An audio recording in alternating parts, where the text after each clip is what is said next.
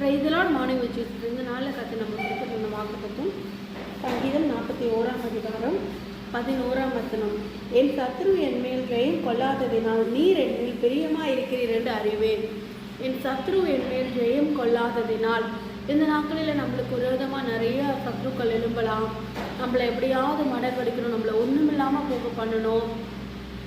அப்படி பிசாசுகள் மனிதர்கள் நமக்கு விரோதமாக எழுப்பி எவ்வளோ காரியங்கள் நமக்கு விரோதமாக செய்தாலும், ஆனால் இங்கே சொல்லும்போது சொல்லப்பட்டிருக்கு, சங்கீதத்தில் சங்கீதக்காரர் சொல்லும்போது சொல்லப்பட்டிருக்கு, என் சத்ரு என் மேல் ஜெயம் கொள்ளாததினால் நீர் என் மேல் பிரியமாக இருக்கிறீர் என்று அறிவேன். எத்தனை போராட்டங்கள் வந்தாலும் கர்த்தர் போராட்டமே இருக்காது அப்படின்றது ஒரு கிடையாது. எத்தனை தான் வந்தாலும் கர்த்தர் நம்மளை ஒவ்வொரு இதுலேயும் தப்பு வைத்து ஒவ்வொரு காரியத்திலையும் கர்த்தர் நம்மளை ஒன்றுமே இல்லாமல் ஆக்கணும்னு நினைத்தாலும் தேவன் நம்ம அந்த சூழ்நிலைகளிலும் இதுவரையும் நடத்துகிறார். பார்த்தீங்களா?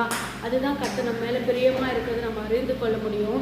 தேவன் நிறைய நம்ம நினைக்கிறோம் நமக்கு தெரியாத மறுவிடங்கள் நமக்கு விரோதமாக நிறையா இருக்கலாம்.